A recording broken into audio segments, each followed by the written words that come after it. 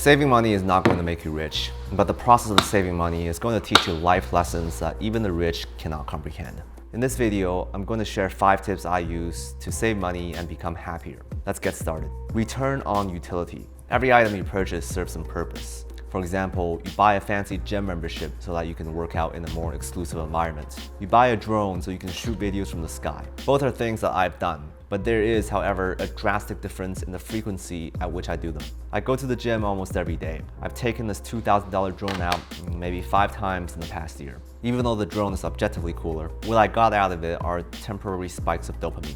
The gym membership, on the other hand, is a constant river of joy that I drink from every day. I'm not saying you shouldn't pay for short-term experiences. I do it all the time. I like traveling to new cities, attending music festivals, or eating out at fancy restaurants. What I advocate for is prioritizing long-term experiences when it comes to purchase decisions. If I was to limit myself to making just one more purchase today, I would choose a personal training session over a new drone. It's not to say I won't ever buy the drone, but I deprioritize it and push it down the line. Every purchase decision you make comes with extra baggage. When I buy personal training, I end up having to work out. It might make me tired. It might also motivate me to spend even more time at the gym to get stronger. For every extra minute I spend thinking about personal fitness, that's one less minute I spend thinking about that drone I wanted to buy. Controlling your spending is a battle of the mind, and the best way to control your mind is to occupy it with something else, like a healthy long-term investment in personal fitness. Personal fitness isn't the only example. It could also be making YouTube videos or social dancing. I'm really just listing my own hobbies at this point. The common thread is a time-consuming, skill-based activity that is relatively inexpensive.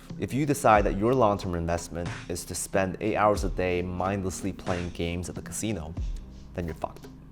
Avoid the arms race. There could be any number of reasons why guys buy fancy cars, but the common reason seems to be this desire to fish for compliments. When I sold my 2009 gray Honda Accord and bought a 2015 white Mercedes C300, I remember distinctly the number of people who complimented me on my car increased by 100-fold. The funny thing is, the C300 cost me less than the Accord, which I bought at new. Of course, the C300 is not going to impress the Tesla lovers or the higher society people of your imagination. So let's say I put down $35,000 more to buy an even cooler car. I'll make an impression on marginally more people, but there will still be people who are not yet impressed. We don't like to think of ourselves as greedy. We like to think that we just need a slightly better than average car to stand out from the crowd. But we don't really have a number in mind for what slightly better than average means. What is $35,000? Why not $100,000? You can try to avoid the arms race and still be trapped in the arms race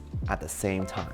Once again, spending is a battle of the mind. If you can shift your mindset to focus on the quality of the experience instead of the quantitative place you stand on the social ladder, you can save a lot of money. For example, if you've never experienced getting complimented on your car before, try buying a 2015 white Mercedes C300 for $15,000. But after you've got your dopamine high from that, increasingly spending more money so that you can get a compliment from a cooler set of people is a bottomless hole to nowhere. My friend introduced me to this book recently called The 9.9%. If you have a net worth of more than 130K, then you are already part of the 9.9% of highest earners in America. But being part of the 9.9% is not cool enough for most people. We want to be part of the 1% of millionaires. The climb is steep, but we work our butts off. And in doing so, we push down on the other 90% of people who are living normal, balanced lives. We make the 9.9% ever less attainable. It takes a great amount of attention to tell yourself that enough is enough.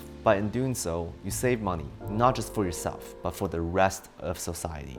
I have no plans to upgrade my car in the next few years, and if you want to buy this drone off of me, leave me a comment below. Auto invest. I invest 90% of my income into bonds, cryptocurrency, equity, and real estate. Most of this is automatically programmed with every paycheck. There was a whole year when I took home $0 every month because I invested everything. And every month when I had to pay my rent and credit card bills, I saw the balance of my checking account drop lower and lower. I only had about 6 months supply of cash before I had to sell some equity to replenish the pool, even though I could have liquidated some assets to feel safer with a bigger pool of cash. I chose to conjure an illusion of scarcity like I'm running out of money. For the past 5 years, I've tried to keep a constant balance of around $30,000 in my checking account. I check this account every month to make sure it doesn't drop too low. I try to forget about the rest of the money that I've also invested by keeping them in separate accounts that I check much less frequently. Remember, spending is a battle of the mind. If Donald Trump can believe in non-factual fantasies, so can you. You can design artificial constraints to help you curb your spending. Design is important here because the smarter you are, the harder it becomes to fool yourself. But even the smartest of us